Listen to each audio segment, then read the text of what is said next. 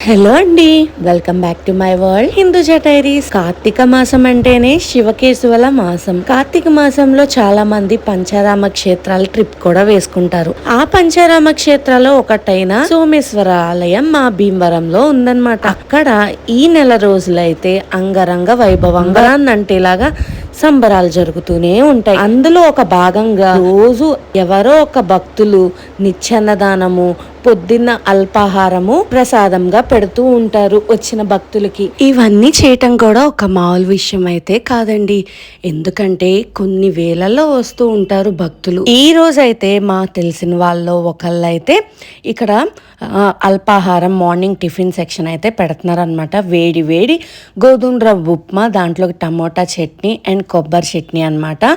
ఇక్కడికి స్వాములు కూడా వస్తూ ఉంటారు, అందుకనే చాలా నిష్టగా కూడా చేయిస్తారు. ఉల్లిపాయ ఏమీ తగలకుండా అందరికీ మనం మన చేతితో కూడా వడ్డించడం మనకి అదృష్టమే కదా. వాళ్ళ పుణ్యంలో కూడా మాకు కొంచెం భాగం ఇచ్చి అంతలోకి ఒక మహాభక్తుడైతే వచ్చాడండి.